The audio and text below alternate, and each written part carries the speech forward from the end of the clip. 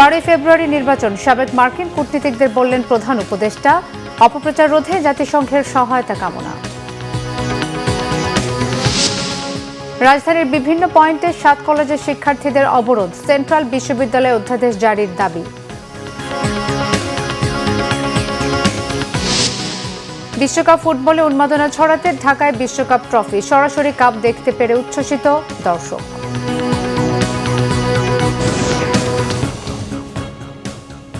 দেখছিলেন crown cement সংবাদ শিরোনাম, এবারে বিস্তারিত। প্রধান উপদেষ্টা ডক্টর মোহাম্মদ ইউনূস বলেছেন, আগামী 12 ফেব্রুয়ারি নির্ধারিত সময় অনুযায়ী সাধারণ নির্বাচন ও গণভোট অনুষ্ঠিত হবে। এ বিষয়ে অন্তর্বর্তী সরকার প্রতিশ্রুতিবদ্ধ। ডোনাল্ড ট্রাম্প প্রশাসনের দায়িত্ব পালনকারী যুক্তরাষ্ট্রের 2 সাবেক জ্যেষ্ঠ কূটনীতিক আলবার্ট গম্বিস ও মর্স ট্যানকে একথা বলেন তিনি। গতকাল মঙ্গলবার সন্ধ্যায় রাষ্ট্রীয় অতিথি ভবন যমুনায় প্রধান উপদেষ্টার সঙ্গে সৌজন্যে সাক্ষাৎ করেন তারা। প্রধান উপদেষ্টা বলেন, নির্বাচনকে ঘিরে ভুয়া খবরের বন্যা ও পরিকল্পিতভাবে বিভ্রান্তি ছড়ানো হয়েছে। ডক্টর ইউনূস বলেন, তৎকালীন ফ্যাসিস্ট সরকারের সমর্থকরা নির্বাচনকে ঘিরে বিভ্রান্তি সৃষ্টির উদ্দেশ্যে ভুয়া খবর ও অপতথ্য ছড়াচ্ছে। তবে জনগণ এখন সচেতন।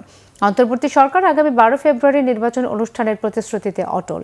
নির্ধারিত 12 ফেব্রুয়ারি নির্বাচন হবে, এর একদিন আগেও নয়, একদিন পরেও নয়। ডক্টর মোহাম্মদ ইউনূস বলেন, নির্বাচনকালীন সময়ে অন্তর্বর্তী সরকার সম্পূর্ণ নিরপেক্ষ থাকবে। তিনি জানান, অন্তর্বর্তী সরকার গণভোটে হ্যাঁ ভোটের পক্ষে প্রচারণা চালাচ্ছে। ত্রয়োদশ জাতীয় সংসদ নির্বাচনকে কেন্দ্র করে ভুয়া তথ্য ও বিভ্রান্তি মোকাবেলায় জাতিসংঘের মানবাধিকার কার্যালয়ে সহায়তা চেয়েছেন প্রধান উপদেষ্টা ডক্টর মোহাম্মদ ইউনূস। মঙ্গলবার জাতিসংঘের মানবাধিকার বিষয়ক হাই কমিশনার ভলকার তুর্কের সঙ্গে টেলিফোনে কথা বলেন প্রধান উপদেষ্টা। আলোচনায় ডক্টর ইউনূস বলেন, সামাজিক যোগাযোগ মাধ্যমে মিথ্যা সংবাদ, গুজব ও অনুমানের ছড়াছড়ি চলছে, যা নির্বাচন প্রক্রিয়ার উপর নেতিবাচক প্রভাব ফেলতে পারে বলেও সরকার উদ্বিগ্ন। বিদেশি গণমাধ্যমের পাশাপাশি স্থানীয় বিভিন্ন সূত্র থেকে নির্বাচনকে ঘিরে ভুয়া তথ্য ছড়ানো হচ্ছে বলেও জানান অধ্যাপক ইউনূস। জবাবে ভলকার তুর্ক বলেন, ভুয়া তথ্যের ক্রমবর্ধমান এই চ্যালেঞ্জ মোকাবেলায় জাতিসংঘের মানবাধিকার কার্যালয় বাংলাদেশের পাশে থাকবে। ঢাকা সেন্ট্রাল ইউনিভার্সিটি অধ্যাদেশ জারির দাবিতে রাজধানীর বিভিন্ন সড়ক অবরোধ করেছেন 7 কলেজের শিক্ষার্থীরা। সায়েন্স ল্যাব এলাকায় আছেন আমাদের সহকর্মী ফজলে রাব্বি, সরাসরি কথা বলবো তার সাথে। রাব্বি, 7 কলেজের শিক্ষার্থীদের আন্দোলনের সবশেষ কি তথ্য আছে আপনার কাছে, আর তারা কি বলছে?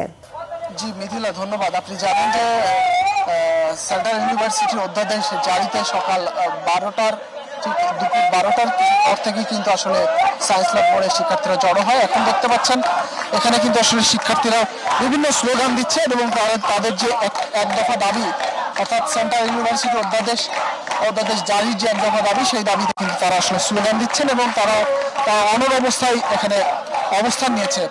ঠিক দুপুর 12:40 কিছু পর আসলে কিন্তু এখানে তারা অবস্থান নেয় এবং তখন থেকে কিন্তু তারা এখানে অবস্থান নিয়ে আছেন এবং যার ফলে সায়েন্স ল্যাব, নিউ মার্কেট, ঠিক ধানমন্ডি সহ আশপাশের যে সড়ক আছে সেই সড়কগুলোতে কিন্তু তীব্র যানজট দেখা দিয়েছে। অর্থাৎ রাস্তায় যে মানুষগুলো যাচ্ছে গন্তব্যে, তারা কিন্তু আসলে পায়ে হেঁটে তাদের গন্তব্যস্থলে যেতে হচ্ছে।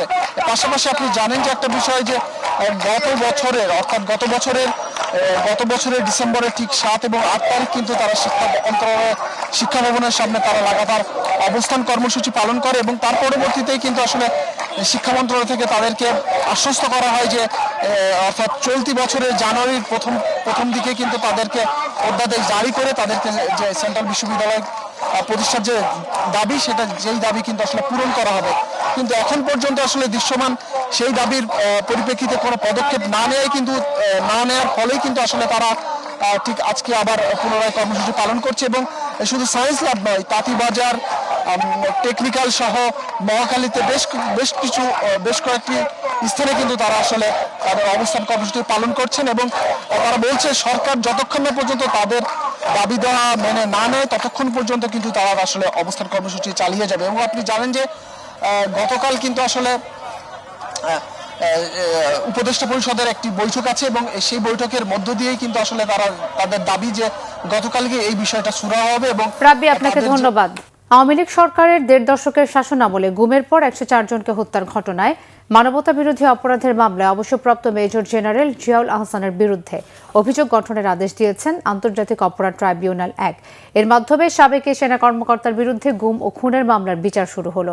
এই মামলা থেকে জিয়াউল আহসানের অব্যাহতির আবেদন খারিজ করে দিয়ে বুধবার বিচারপতি মোহাম্মদ গোলাম মর্তুজা মজুমদারের নেতৃত্বাধীন 3 সদস্যের আন্তর্জাতিক অপরাধ ট্রাইব্যুনাল 1 আদেশ দেন। আগামী 8 ফেব্রুয়ারি এই মামলার সূচনা বক্তব্য উপস্থাপন ও সাক্ষ্য গ্রহণ শুরুর জন্য দিন ধার্য করেছেন আদালত। চিফ প্রসিকিউটর মোহাম্মদ তাজুল ইসলাম জানান, জিয়ার বিরুদ্ধে সাবেক সেনাপ্রধান ইকবাল করিম ভূঁইয়া সাক্ষ্য দেবেন। জিয়াউল আহসানের আইনজীবী নাজনীন নাহার জানান, জিয়াউল আহসান বিচার বহির্ভূত কোনো হত্যাকাণ্ডের সঙ্গে যুক্ত ছিলেন না। যা হয়েছে তার সবই আইনগতভাবে হয়েছে। প্রসিকিউশন জিয়ার বিরুদ্ধে 3টি অভিযোগ এনেছে। নারী নেতৃত্ব ও নারীর ক্ষমতায়ন নিশ্চিত করতে রাজনৈতিক দলগুলোকে সচেতনভাবেই সিদ্ধান্ত নিতে হবে। তা না হলে শুধু কথা বলে বা কাগজে কলমেই নারীর ক্ষমতায়ন থাকবে মনে করেন নারী সংগঠক ও রাজনৈতিক দলের নেতারা। সকালে রাজধানীর সিরডাপ মিলনায়তনে centre for governance studies CGS আয়োজিত এক সেমিনারে এমন মতামত দেন আলোচকরা। বিএনপির সাংগঠনিক সম্পাদক শামা ওবায়েদ বলেন, রাজনৈতিক দলের মধ্যে নারীদের অংশগ্রহণ আরও বাড়ানোর সুযোগ রয়েছে, কিন্তু দলগুলোর এখন পর্যন্ত নারীদের রাজনৈতিক ক্ষমতায়নের বিষয়ে আন্তরিক নয়। আলোচনায় নারী আন্দোলনের সংগঠক অ্যাডভোকেট এলিনা খান বলেন, এবারের নির্বাচনেও রাজনৈতিক দলগুলো নারীদের প্রার্থী করার বিষয়ে প্রতিশ্রুতি দিয়েও রক্ষা করেনি। সেমিনারে নারী উদ্যোক্তা নাসরিন ফাতেমা আউয়াল সহ রাজনৈতিক দলের নেতা ও বিশ্লেষকরা বক্তব্য রাখেন। নারীর ক্ষমতায়নের জন্য বেসরকারি সংগঠনের পাশাপাশি গণমাধ্যমের সোচ্চার ভূমিকা পালন করার আহ্বান জানান বক্তারা। ফিফা বিশ্বকাপ ট্রফি এখন ঢাকায় হোটেল রেডিসন ব্লুতে প্রদর্শন করা হচ্ছে দর্শকদের জন্য। সেখানে আছেন আমাদের বিশেষ প্রতিনিধি মানিক মাহমুদ। সরাসরি যাচ্ছে তার কাছে। মানিক, ট্রফি প্রদর্শনী নিয়ে দর্শকদের মধ্যে উচ্ছ্বাস কেমন দেখছেন? মিথিলা, বাংলাদেশের জন্য আজকের দিনটি একটি ঐতিহাসিক দিন। বিশ্বের 48টি দেশ এবার ফিফা ওয়ার্ল্ড কাপে খেলবে। এর মধ্যে 30টি দেশ এই ফিফা বিশ্বকাপ ট্রফি ভ্রমণ করছে। তো গত 3 জানুয়ারি এটার বিশ্বকাপ ট্রফির যে ভ্রমণ শুরু হয়েছে, 150 দিনের সেই সফর শেষ হবে। তো এর মধ্যে সৌভাগ্যবান বাংলাদেশের জন্য, বাংলাদেশ যেহেতু বিশ্বকাপে খেলছে না খেলার, বাট তাদের এই বাংলাদেশের দর্শকরা বিশ্বকাপের ট্রফিটি একদম সচক্ষে কাছ থেকে দেখার সুযোগ পেয়েছেন। দর্শকদের সাথে আমি কথা বলেছি, তারা কেউ কেউ বলছেন যে আসলে এই ট্রফিতে মেসির হাতের ছোঁয়া আছে, এই জন্য তারা খুব আনন্দিত এবং উচ্ছ্বসিত যে এই ট্রফি তারা দেখতে পেয়েছেন। কেউ কেউ বলেছেন যে আসলে এবার তারা নেইমারের হাতে ট্রফি দেখতে চান। এরকম দর্শকদের মধ্যে অনেক প্রতিক্রিয়া আছে। পাশাপাশি অনেক দর্শক বলেছেন আসলে বাংলাদেশের এখন যে ফুটবলের জোয়ার, তারা একদিন বাংলাদেশ এই ফুটবল বিশ্বকাপে খেলবে এবং তখন এই ট্রফিটি তাদের দেখার যে পরিপূর্ণতা, সার্থকতা হবে, এটা তারা বলছেন।